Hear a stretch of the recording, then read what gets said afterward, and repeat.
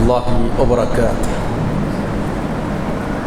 كل الحمد لله والصلاة والسلام على نبي المجتبى وأحمد المصطفى صلی اللہ تعالی علیہ وآلہ وصحبہ وازواجہ واہل بیتہ وأحبابہ اجمعین دائما ابدا ابدا الی یوم الدین. بعد حمدی وصلاۃ فاعوذ باللہ من الشیطان الرجیم. بسم اللہ الرحمن الرحیم. وَإِذِ ابْتَلَى إِبْرَاهِيمَ رَبُّهُ بِكَلِمَاتٍ فَأَتَمَّهُنَّ قَالَ إِنِّي جَاعِلُكَ لِلنَّاسِ إِمَامًا قَالَ وَمِنْ ذُرِّيَّتِي قَالَ لَا يَنَالُ أَحَدِ الظَّالِمِينَ. صدق اللہ العظیم وصدق رسوله النبی الامین الکریم لمن الشاہدین والشاکرین. وقال اللہ تبارک وتعالی فی شان حبیبی وعظمت النبی صلی اللہ تعالی علیہ وسلم وعمر لجميع المؤمنین والمؤمنات تعظیما وتکریما. ان اللہ وملائکتہ یصلون علی النبی یا ایہا الذین آمنوا صلوا علیہ وسلموا تسلیما. اللهم صل على سيدنا محمد صلاة تنجينا بها جميع الأحوال والعافات وتغزلنا بها جميع الحاجات وتطهرنا بها جميع السيئات وترفعنا بها عندك أعلى الدرجات وتبلغنا بها أقصى الغايات من جميع الخيرات في الحياة بعد الممات إنك على كل شيء قدير.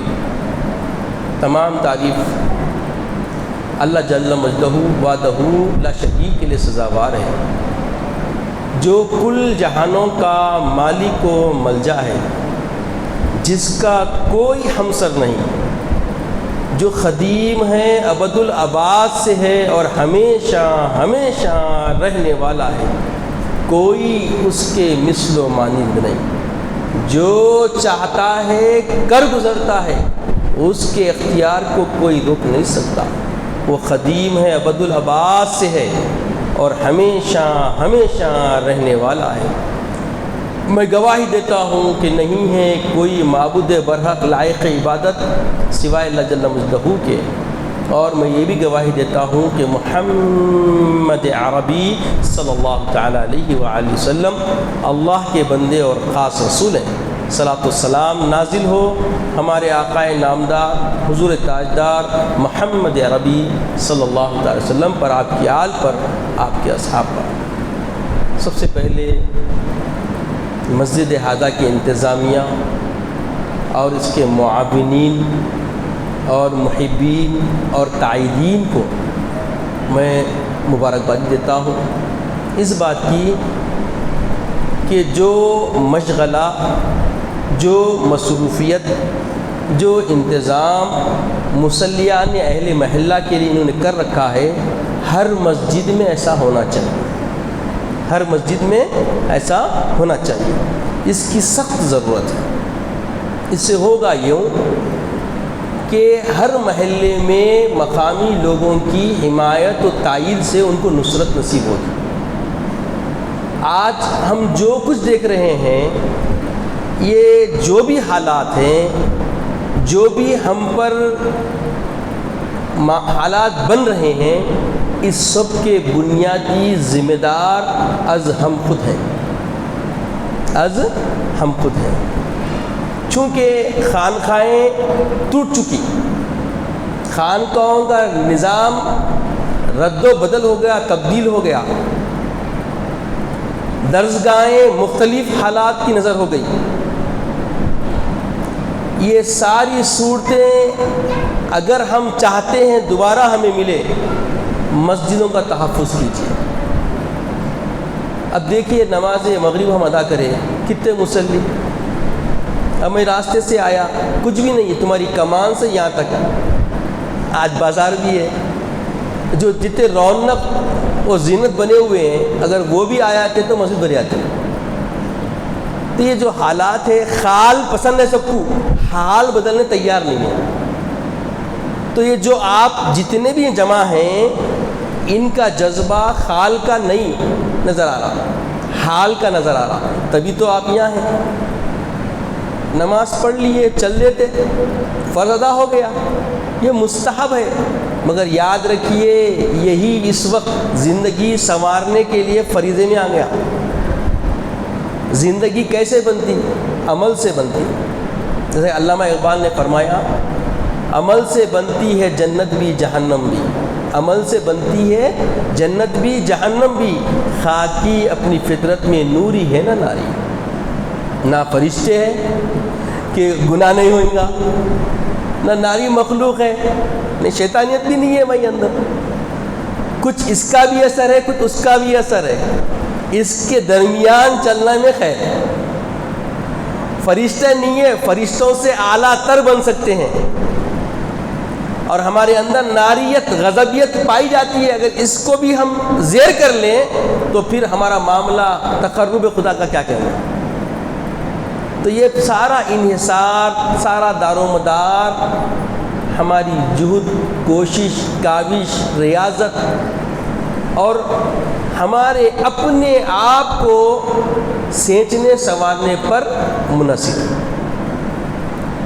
تو میں اپنے موضوع پہ آنے سے پہلے چند باتیں جو ہمارے اساتذہ اکرام جس کی ہم نے جوتیاں سیدھی کری ہے، جن کے تلوؤں کی خاک ہم کو رونق بخشی ہے، تو ان کے کردار میں یہ صورت ہم دیکھیں جو میں ذمہ داری سے آپ کے حوالے کرنا چاہتا ہوں۔ میں آج مغرب پڑھا تو یہاں ایک عمل دیکھ رہا ہوں کہ ایک عمل میں امام صاحب سے دیکھ کے خوشی ہوئی کہ اکثر بعض مسجد نماز پڑھنا ہوا تو دیکھنے میں آتا ہے کہ تعدیل، سنیں آپ لفظ تعدیل واجبات نماز میں سے ایک رکن ہے۔ تعدیل، تو تعدیل کا مطلب کیا ہوتا پہلے سمجھ لیں۔ ویسے واجبات 7 پورے بیان کرے تک پھر اسی پہ موضوع ہو جائیں گا، تو جس کی ضرورت ہے جو چیز میں دیکھا اس پہ میں بات کر رہا ہوں۔ تعدیل ایک واجب رکن ہے، تقدیم، تاخیر، تکرار رکن، ترک واجب، یہ ساری چیزیں آتی جس میں سجدے سہو ہوتا ترک کرنے پر۔ تو تعدیل بھی ایک کیا ہے؟ رکن ہے۔ تعدیل کہتے ہیں کہ ہر رکن کی ادائیگی میں اتنا وقت گزرے کہ جس کے درمیان سبحان ربی الاعلی، سبحان ربی العظیم پڑھ سکتے، یعنی ہر رکن میں، سجدے کے درمیان، رکوع کے درمیان۔ تو اس میں نے امام صاحب کو عامل پایا، وہ بری ہو گئے، وہ بری ہو گئے اس عمر میں۔ اکثر مسجدوں میں کیا ہوتا؟ اللہ اکبر، اللہ اکبر، اللہ اکبر، تعدیل نہیں ہوتی، نمازی نہیں ہوتی، مصلیوں کو معلوم ہی نہیں، بیچارے مصلی فرائض نماز سے واقف نہیں ہوتے۔ اکثر اگر مسجد آپ کی بھر جائے، اگر چن کے نکالے نماز کے احکامات، نماز کے مسائل، نماز کے رموز، بنیادی باتوں پہ اگر کسی جانکاری ملیں گی تو 10% لوگ ملیں گے۔ اسی لیے میں نے کہا نا کہ بھئی یہ جو امر کیا گیا ہے بہت بڑا لائق تحسین ہے، تعریف کے لائق ہے۔ یہ سرانہ کسی اعتبار سے نذرانے کی نظر بھی نہیں ہے، ذہن میں رکھیں، کوئی تخیل میرے اندر نہیں ہے، مجھے خالی دعوت دی گئی، میرے پاس وقت تھا، میں لبیک بول دیا۔ ہاں کچھ شرائط بتائے گئے تو اس پہ میں کچھ سوال کر لیا، کیا وہی 1,10,000 کا کچھ نذرانہ ہے کیا، مزاحیہ انداز میں بھی کچھ کیا ہے، ایسا کلام جو کسی شرائط کا ہو جائے تو سوال کر سکتا ہے انسان، ہے نا، تو پسند نہیں آتا۔ تو اب جس طرف میں رہنمائی کرنا چاہتا ہوں، جو جرات کرنا چاہ رہا ہوں، اگر آپ کی اجازت ہو تو میں بتانا چاہتا ہوں کہ مصلیوں میں ایک کجی پائی جا رہی ہے، کمی۔ وہ کیا؟ جس طرح امام کے لیے شرع شرائط کا اور سارے امور کی انجام دہی اس پہ فرض ہے، اگر کمی کرا تو اس کی وجہ سے پوری نماز چلی جاتی ہے۔ تو امام صاحب کی تو نماز ہو رہی، ہماری نماز کے لیے وعید بن رہا۔ وہ عمل کیا ہے؟ جب امام تکبیر بولے چاہے تکبیر انتقالی ہو، چاہے تکبیر تحریمہ ہو، چاہے تمہید ہو، سمیع اللہ لمن حمدہ تمہید کہتے ہیں، تو ان سب میں اس کی اقتداء واجب ہے۔ اس کی اقتداء سے اگر ہم سبقت کر گئے تو نقصان ہمارا ہے۔ سید عالم رحمۃ للعالمین صلی اللہ علیہ وسلم حبیب اللہ علیہ السلام نے ارشاد فرمایا کہ محشر کے دن تمہارے چہرے مست کر دیے جائیں گے، بگاڑ دیے جائیں گے، اور ایک حدیث میں آیا کہ سور اور گدھوں کے جیسے کر دیے جائیں گے۔ کس کی وجہ سے؟ صرف امام سے عمل میں پیش قدمی کرنے کی وجہ سے، امام سے عمل میں سبقت کرنے کی وجہ سے۔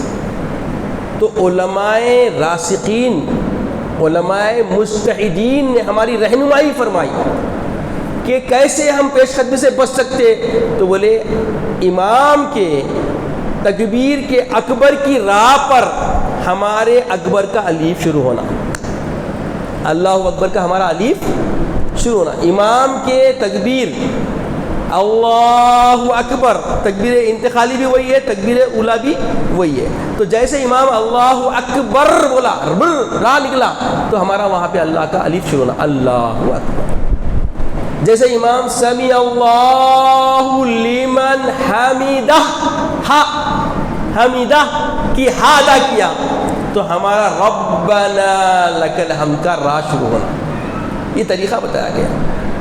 تو معذرت ہو سکتا میرے تخیل میں بھی، کیونکہ نماز میں تھا میں بھی، تو میں اس میں ممکن ہے خطا ہو جائے یا نسیان کی کیفیت ہو جائے، یا ایسا محسوس کرنے میں میرے کو آ گیا نہیں معلوم، مگر میں نے پایا ایسا اکثر مصلیین کرام کو جو میرے صف میں آزو بازو تھے، تو ان کو میں ایسے ہی پایا کہ امام صاحب اللہ بولے تو پورا دوسرا اکبر ہو جا رہا پورا،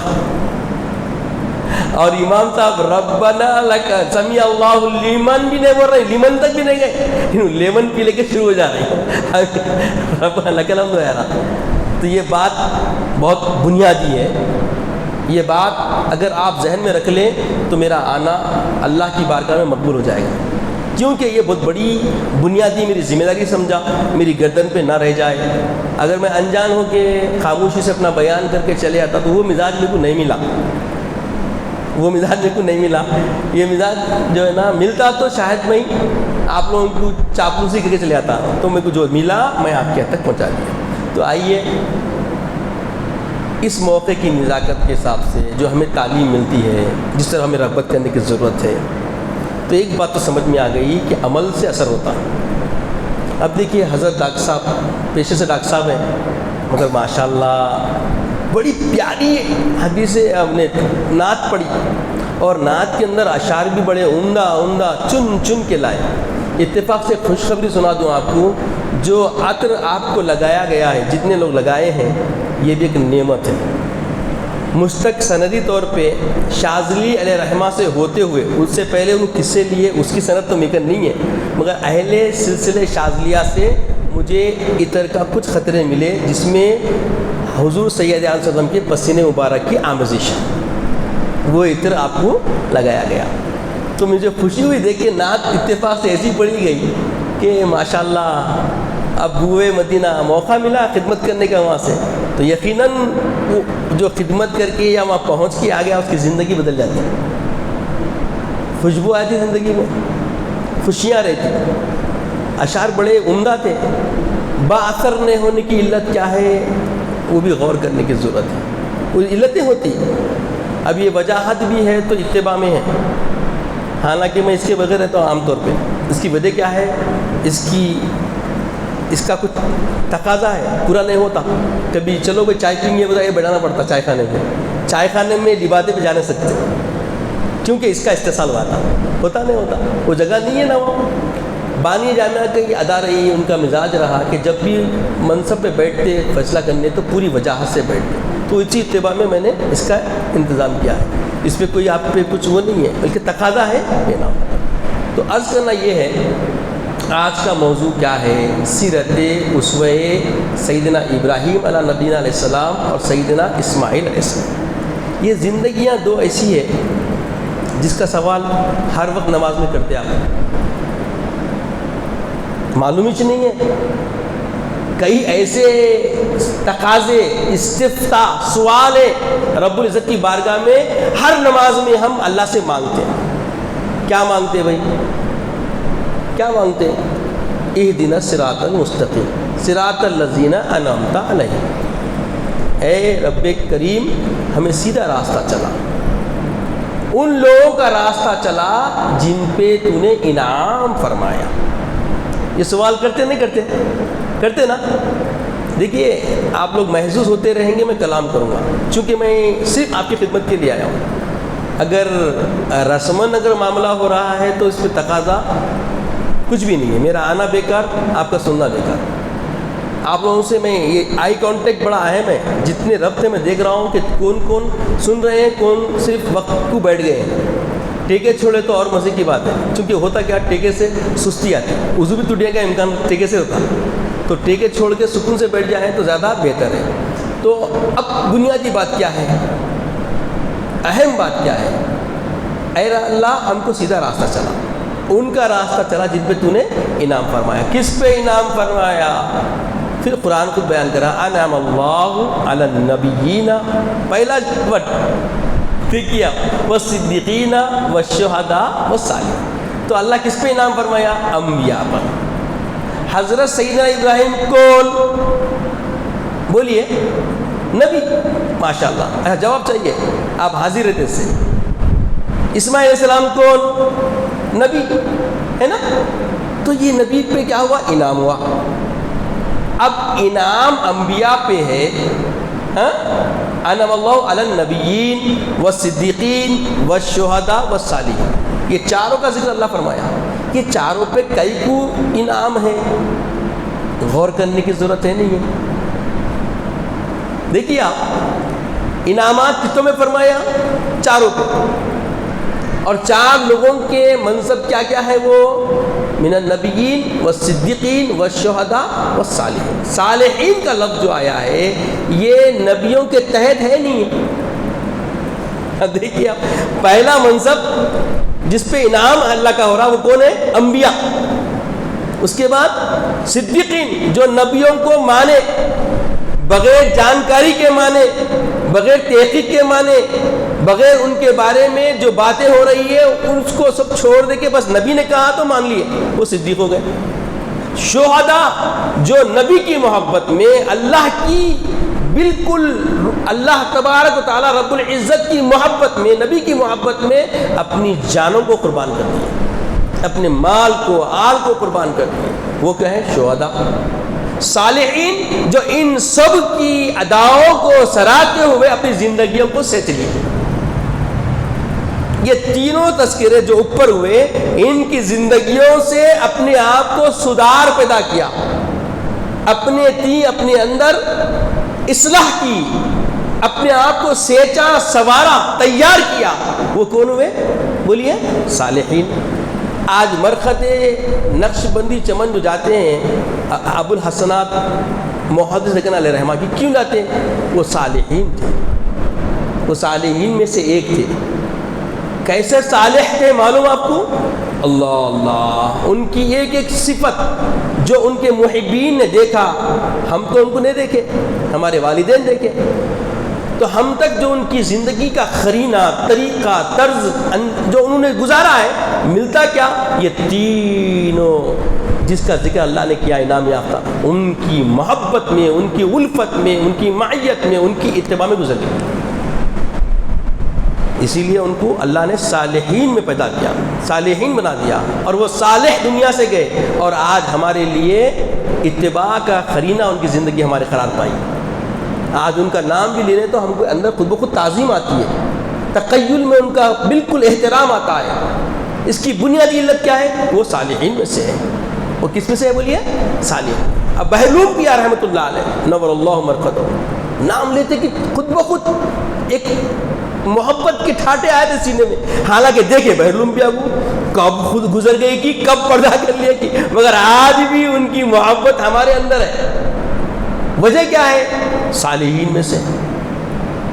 بانی جامع نظامیہ علیہ رحمہ نہیں دیکھے ہم، مگر اب ان کے بولیں گے جامعہ میں پڑھے ہم، وہاں کے فرزند ہیں تو وہ محبت میں وہاں کا نظام ہم دیکھیں. ہم جو پڑھے صدر الشیخ علیہ رحمہ اللہ مرتضی کا دور تھا, کبھی کسی اعتبار سے کسی پر تنقید کا نظریہ پیش کرتے ہوئے ایسا بننا ایسا ہونا کچھ بھی نہیں. یہ قال اللہ ہے, یہ قال رسول اللہ ہے. اب کیسا چلتے رسا چلو. اسی لیے ہم آتے ہیں سب لوگ آتے مگر تعلیم بنیادی اہل سنت والجماعت کی ملتی. اہل سنت والجماعت کا نظریہ کیا ہے حقیقی طور پہ لوگوں کو نہیں معلوم. بانی جامعہ علیہ الرحمٰن نے ہمیں بتایا, نہ غالی بنو نہ باغی بنو. کیا بولے؟ نہ غالی بنو نہ باغی بنو. جو ہے نہیں وہ ہونے کے دعوے دار بن کے اس پہ ضد کر کے آپ ٹھہر گے تو غالی غلو کر دینا ہے. بغاوت کیا ہے؟ جو احکامات ہیں, جو تعلیمات ہیں, جو واضح چیزیں ہیں, اس سے آپ بے عمل ہو جانا, یہ باغی ہے. تو باغی کے لیے بھی جگہ اہل سنت جماعت میں نہیں ہے اور غالی کے لیے بھی جگہ اہل سنت جماعت میں نہیں ہے. یہ ہے اہل سنت جماعت کی تعریف. آج ہم جو بھی چیزیں دیکھ رہے ہیں اور اہل سنت کی بات اس لیے چھیڑ دیا, اب سوال کرے اللہ کے رسول صلی اللہ علیہ وسلم سے, اہل سنت جماعت کون ہے بھائی, سیدھے راستے پہ کون ہے؟ تو آقا نے فرمایا ما انا علیہ و اصحابی, جس راستے پہ میں اور میرے صحابہ ہیں. ثم الذین یلونہم ثم الذین یلونہم, جو ان سے جڑے جو ان سے جڑے جو ان سے جڑے, تابعین تابعین تک بتاتا ہوں. اب جو ان سے جڑے ہوئے پورے اب تک وہ اہل سنت والجماعت ہیں. تو آپ دیکھیں گے جتنے بھی مکتبے پھر مختلف بھی ہمارے سامنے آتے ہیں, اہل سنت والجماعت جیسے ہم جڑے ہوئے ایسے وہ جڑے ہوئے نہیں ہیں. عقیدے میں, تخیلات میں, عمل میں, کردار میں, معاملات میں سب میں جڑنا ہے.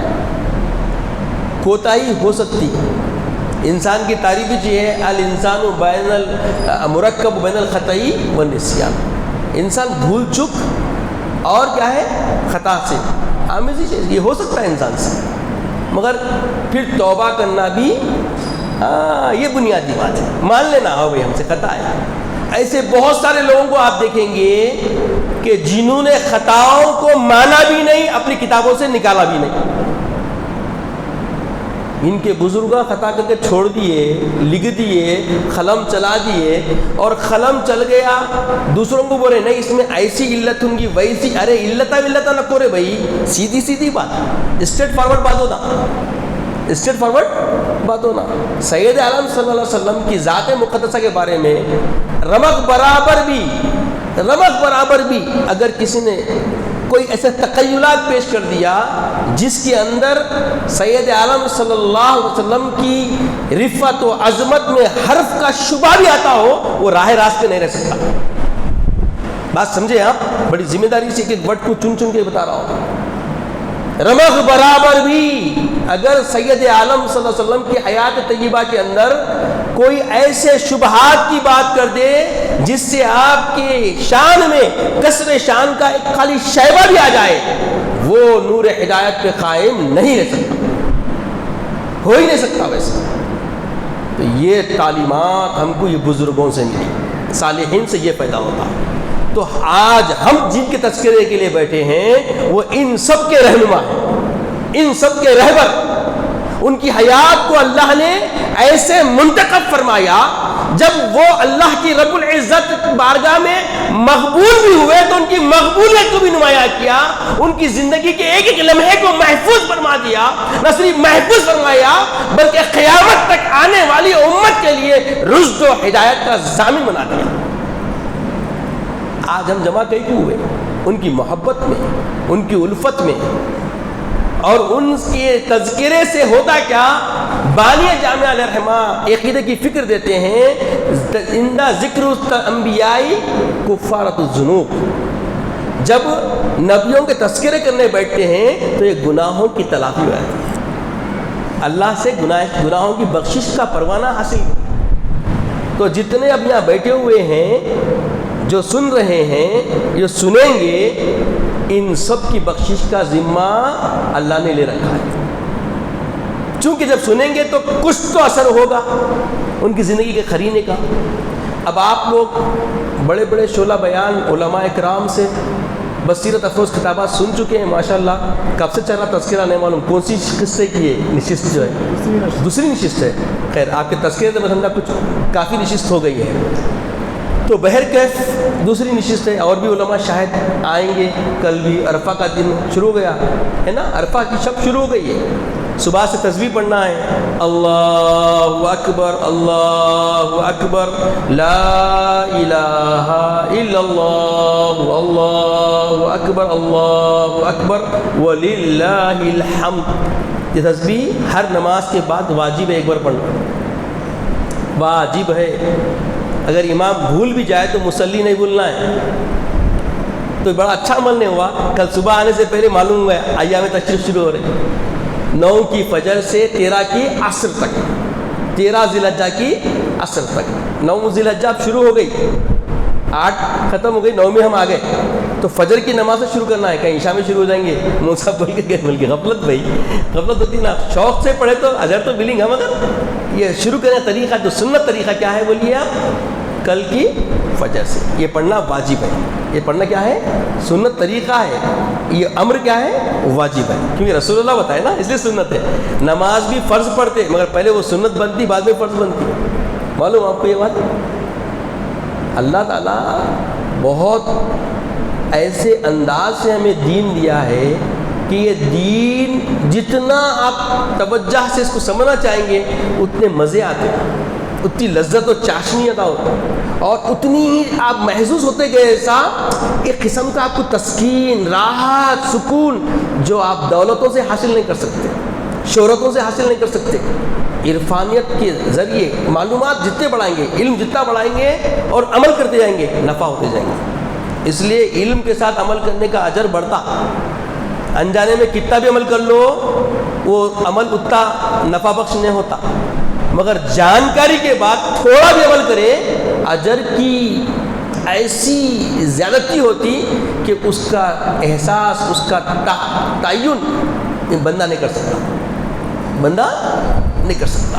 تو سیدنا ابراہیم علیہ نبینا علیہ الصلوۃ والسلام کے بارے میں اللہ فرماتا ہے, جو خطبے کے بعد میں نے آیت کریمہ پڑھی, وَإِذِ ابْتَلَىٰ إِبْرَاهِيمَ رَبُّهُ بِكَلِمَاتٍ فَأَتَمَّهُنَّ. اے میرے حبیب پاک صلی اللہ علیہ وسلم یاد فرمائیے وہ وقت. کیا پیارا انداز ہے, دیکھیے, وَإِذِ ابْتَلَىٰ إِبْرَاهِيمَ رَبُّهُ بِكَلِمَاتٍ فَأَتَمَّهُنَّ.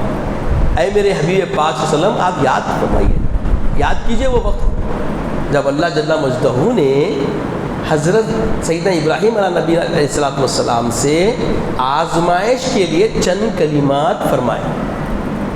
وَإِذِ ابْتَلَىٰ, ابتلا یا تو مبتلا کرنا, یعنی آزمائش میں ڈال دیا.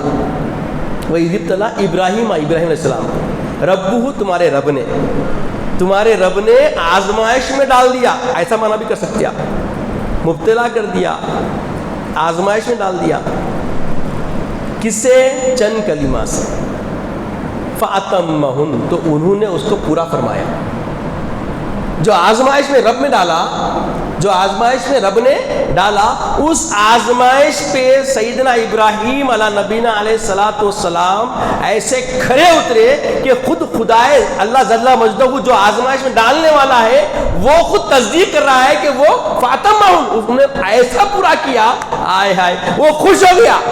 کون, آزمائش میں ڈالنے والا رب خوش ہو گیا, اور خوش ہو کے فرمایا کہ قال انی جاعلک للناس اماما.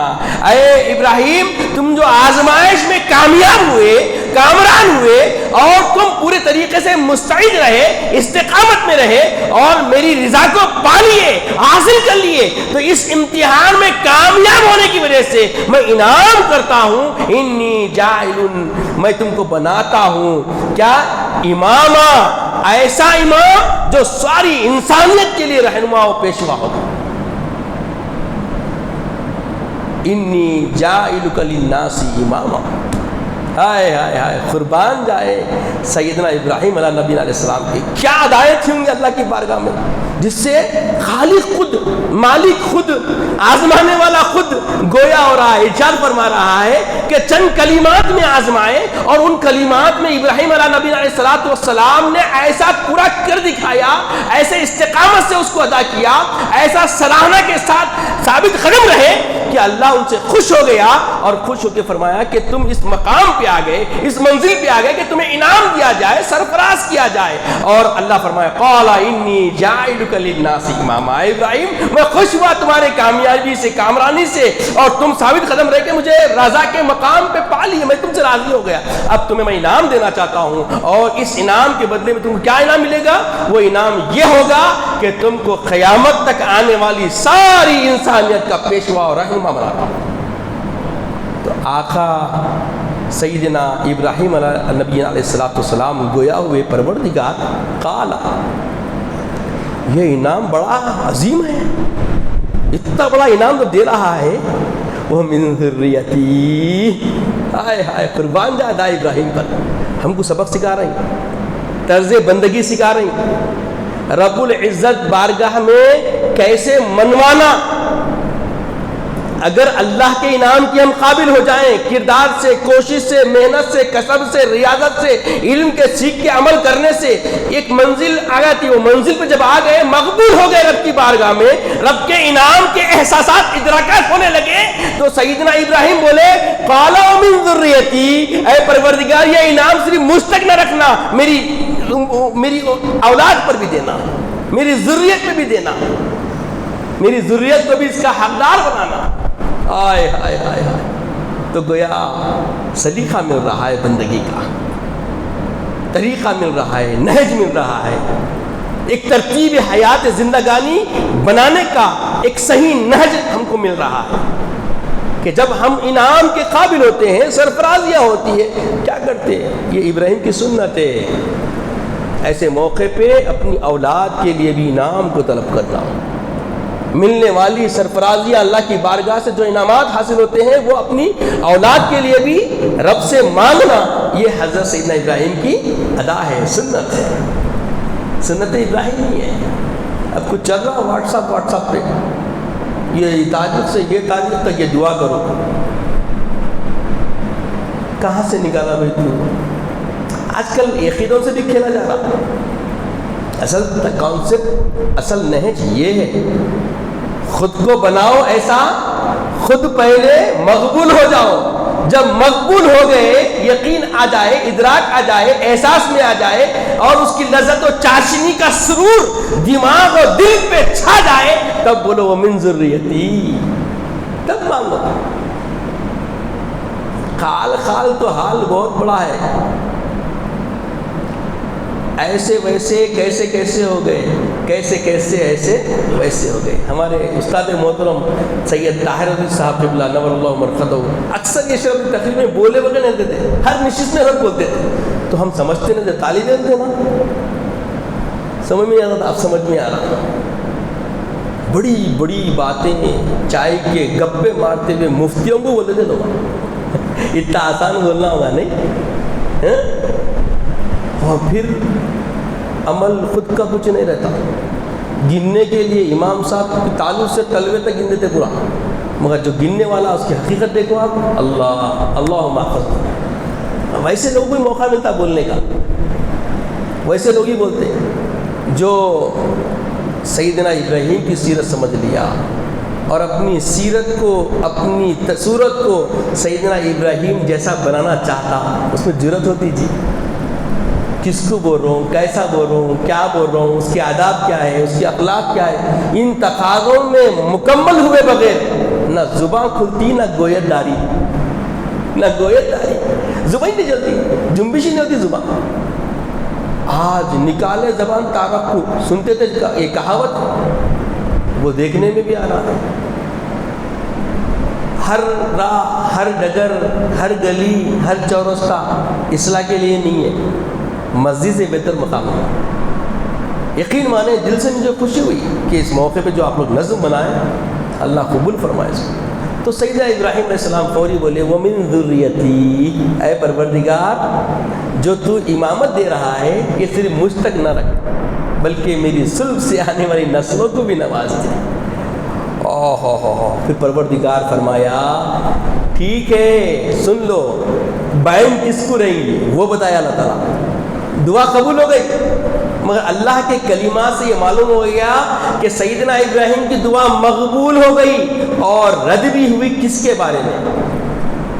قال لا ینال احد الظالمین، اے ابراہیم جو ظلم کرنے والے ہوں گے، جو مشرکین ہوں گے، جو تمہارا پیغام میرے ذریعے سے تم تک پہنچا تمہاری نسلوں کو پہنچے گا، جو پیغام کو پانے کے بعد عامل نہیں ہوں گے، ان کے لیے کچھ بھی نہیں ہوگا، ان کے لیے کچھ بھی نہیں ہوگا۔